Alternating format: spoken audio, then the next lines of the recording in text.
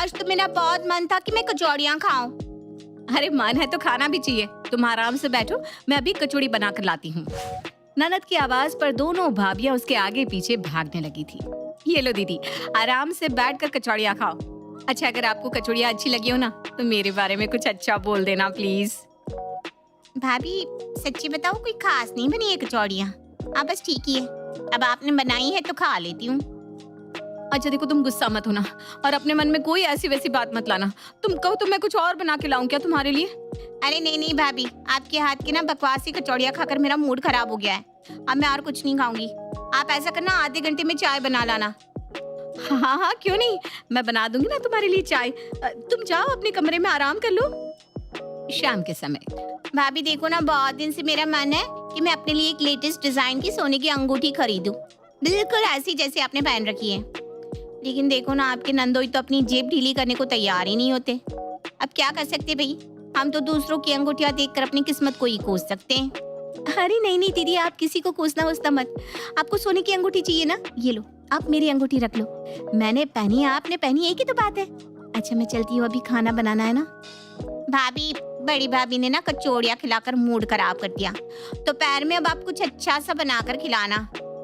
अच्छा, अगर आपको बाहर से कुछ खाना है तो आप बता दो, मैं ऑर्डर कर देती हूँ। पता नहीं मेरे हाथ का खाना आपको पसंद आएगा या नहीं। अच्छा भाभी, आप ना एक किंग पिज्जा ऑर्डर कर दो, मेरा मन भी कर रहा था पिज्जा खाने को। अरे अरे अरे, अगर आपको ये लग रहा है कि संजू और सुनीता अपनी ननद रिंकी से बहुत प्यार करती है तो मैं आपकी ये गलत फहमी दूर किए देती हूँ, क्योंकि ये जो आपने अभी देखा ये प्यार नहीं, डर था, डर। अब आप सोच रहे होंगे कि ऐसा कौन सा डर कि भाभी ने अपनी सोने की अंगूठी निकालकर ननद को पकड़ा दी। आइए आपको डिटेल में बताते हैं। तिवारी जी की 3 संतान थी, 2 बेटे शक्ति, सूरज और 1 बेटी रिंकी। बहुओं संजू और सुनीता की इकलौती ननद रिंकी शादीशुदा थी। जहां एक और संजू एक वहमी और अंधविश्वासी औरत थी जो अपने जीवन में घटने वाली हर घटना को अंधविश्वास से जोड़कर ही देखती थी। संजू की आदत थी कि वो हर बात पर जरूरत से ज्यादा ही सोच विचार कर लेती थी, तो वहीं दूसरी और छोटी बहू सुनीता किसी भी बात के बारे में बिल्कुल सोचती नहीं थी। इसलिए जैसा बड़ी बहू कहती या करती, छोटी सुनीता भी आंख बंद करके उसकी बातों को मानकर उसका अनुसरण करने लगती। अभी 2 दिन पहले तक संजू और सुनीता के जीवन में भरपूर शांति थी। सुनीता और संजू के शांत जीवन में हलचल तब पैदा हुई जब उनकी शादीशुदा ननद रिंकी कुछ दिनों के लिए अपने मायके आ गई। मायके आने के बाद, भाभी क्या है ये, आपने अभी तक ये दूध फ्रिज में नहीं रखा, देखना अभी ये दूध फट जाएगा। ननद की बात सुनकर संजू दूध का भगोना उठाकर उसे फ्रिज में रखने लगती है। अच्छा एक कप चाय बना दो, फिर बाकी दूध फ्रिज में रखना। जैसे ही संजू चाय बनाने के लिए गैस पर दूध चढ़ाती है, कुछ ही मिनटों में वो फट जाता है। अरे बड़ी काली जुबान है इस रिंकी की तो, इधर इसने कहा और उधर दूध फट गया। हम तो रोज ही 2-3 बजे दूध फ्रिज में रखते हैं, आज से पहले तो कभी नहीं फटा, फिर आज कैसे फट गया दूध? अच्छा कोई बात नहीं, मैं फटे दूध का पनीर बना देती हूँ, शाम को काम आ जाएगा। भाभी पनीर बना तो रही हो, लेकिन देख लो कहीं ऐसा ना हो खराब दूध का पनीर खाकर सबका पेट खराब हो जाए। ऐसा कुछ नहीं होगा, मैं पहले भी कई बार ऐसे ही पनीर बना चुकी हूँ, बहुत ही बढ़िया पनीर बन जाता है। भाभी की बात सुनकर रिंकी कंधे उचकाते हुए वहाँ से चली जाती है। शाम के समय संजू और सुनीता मिलकर पनीर की लजीज सब्जी बनाती है। मेरा तो पेट भरा हुआ सा लग रहा है, मैं तो कुछ खाऊंगी नहीं, आप दोनों मेरा खाना मत बनाना। रिंकी को छोड़कर घर में बाकी सब बड़े शौक से मटर पनीर की सब्जी खा लेते हैं, लेकिन जैसा रिंकी ने कहा था, कुछ देर बाद ही बारी बारी से सबकी तबीयत बिगड़ने लगती है। अरे मेरा पेट दर्द से हाल बेहाल हो रहा है, ऐसा क्या डाल दिया था आज तुमने सब्जी में? अरे भैया मुझे भी उल्टी जैसा फील हो रहा है, आपकी बात सच है, जरूर आज के खाने में ही कुछ गड़बड़ थी। अरे खाने में क्या गड़बड़ होगी, हम तो रोज ही खाना बनाते हैं, आज पहली बार थोड़ी ना बनाया है। अरे भाभी मुझे तो लगता है आपकी बात सच्ची थी, इस रिंकी की जुबान सच में ही तो काली नहीं है, जो भी कहती है सब सच हो जाता है। मैं तो पहले ही कह रही थी, इसकी तो नजर ही खराब है। अब देख ले, पहले अच्छा खासा दूध फट गया और उसके बाद पनीर भी खराब हो गया। इस रिंकी की नजर से थोड़ा बचकर ही रहना, नहीं तो फिर भगवान ही मालिक है। बिल्कुल ठीक कह रही हो आप भाभी। अगले दिन, अरे चिंटू हटो वहाँ से, गिर जाओगे तो चोट लग जाएगी ना। रिंकी का इतना कहना था कि छोटू धम से जमीन पर आ गिरा। अरे रिंकी, छोटे से बच्चे के बारे में ऐसी बात कौन निकालता है अपने मुंह से? क्या जरूरत थी तुम्हें ऐसा कहने की? भाभी वो तो मैं बस इसलिए कह रही थी क्योंकि ऐसा है कि तुम अपना लेकिन किंतु परंतु अपने पास रखो। कोई दुश्मन के बच्चे के लिए भी अपने मुंह से गलत बात नहीं निकालता, और तुम उसकी बुआ होकर उसके लिए ऐसा अनाप शनाप बक रही हो। भाभी आप तो ऐसे बोल रही हैं जैसे मेरे कहने से ही छोटू वहां से गिरा है। अरे सावधानी नहीं रखेगा तो नीचे गिरेगा ही ना, उसमें मेरी क्या गलती है? और अगर आपको अपने बच्चे की इतनी ही चिंता है तो पहले ध्यान देना चाहिए कि बच्चा कहाँ खेल रहा है, क्या कर रहा है। देखो रिंकी, तुम मुझे पहाड़ा मत पड़ा। सब जानते हैं कि तुम्हारी काली जुबान है, जो तुम बोल दो तो ऊंट पर बैठे आदमी को कुत्ता काट खाए। क्या कहा आपने? मेरी जुबान काली है? अच्छा, आज तक तो मेरी जुबान गोरी थी, अचानक काली कैसे हो गई? मैं भी तो जानू जरा। देखो रिंकी दीदी, इसमें बुरा मानने की क्या बात है? संजू भाभी जो बोल रही हैं एकदम सच्ची तो बोल रही हैं। अगर आपकी जुबान ऐसी है तो आपको थोड़ा सोच समझ कर ही बात अपने मुंह से निकालनी चाहिए ना। हम समझ रहे हैं इसमें आपका कोई दोष नहीं, लेकिन आपको बच्चे के बारे में ऐसा कहने से पहले सोचना चाहिए था।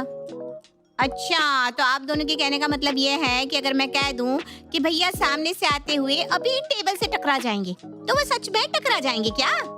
रिंकी का इतना कहना था कि सामने से मोबाइल हाथ में लेकर आते हुए शक्ति सीधा टेबल से टकराकर नीचे गिर पड़ता है। देखो सुनीता और रिंकी, देख लिया ना तुमने? अब तो यकीन हो गया। अपनी आंखों से ये नजारा देखने के बाद अब रिंकी के पास कहने को कुछ नहीं बचा था, इसलिए वो चुपचाप वहाँ से उठकर अपने कमरे में चली जाती है। अगले दिन। अरे मम्मी क्या हुआ? ऐसे मुंह लटका कर क्यों घूम रही हैं आप? अरे नालायक, चुप कर जा तू। तूने कल मुझे बालों में मेहंदी लगाते हुए टोका था ना। मम्मी ध्यान से, कहीं आपके बाल झड़ ना जाए। देख, आज पूरा गुच्छे के गुच्छे निकल रहे हैं मेरे बालों में से।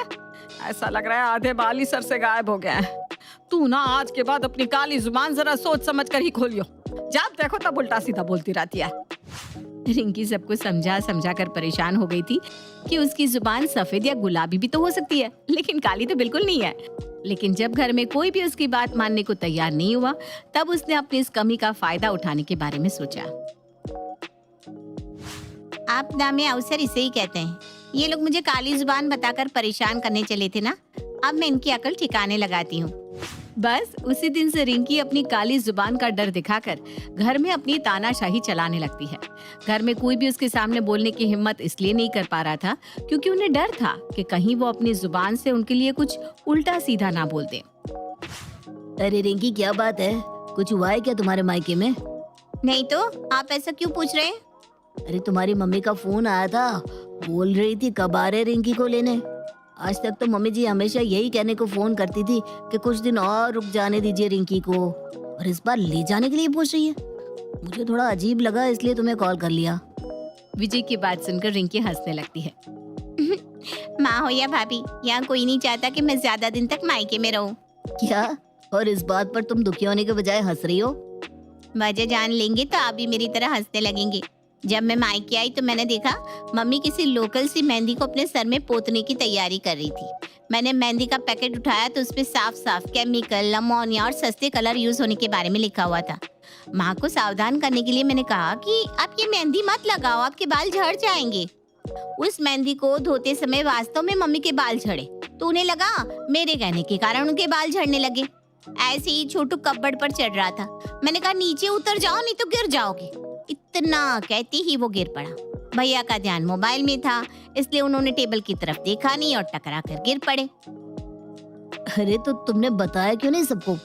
अरे जब इन लोगों ने मुझे काली जुबान घोषित कर ही दिया है तो मुझे भी थोड़े दिन राज से सुख ले ही लेने दो। इतना कहकर रिंकी हंसने लगती है। तभी उसकी माँ कमरे में दाखिल होती है। अरे बेटा माफ कर दे, गलती हम लोगों ने की और काली जुबान तुझे ठहरा दिया। चल अब बंद करिए जुबान खोलने की धमकी, मैंने सब सुन लिया है। सास के समझाने पर संजू और सुनीता को भी ये समझ में आ जाता है कि जो भी हुआ उनकी लापरवाही से हुआ, रिंकी की जुबान से नहीं। दोनों भाभियां भी ननद से माफी मांग लेती है और रिंकी भी भाभी के गहने उन्हें वापस कर देती है।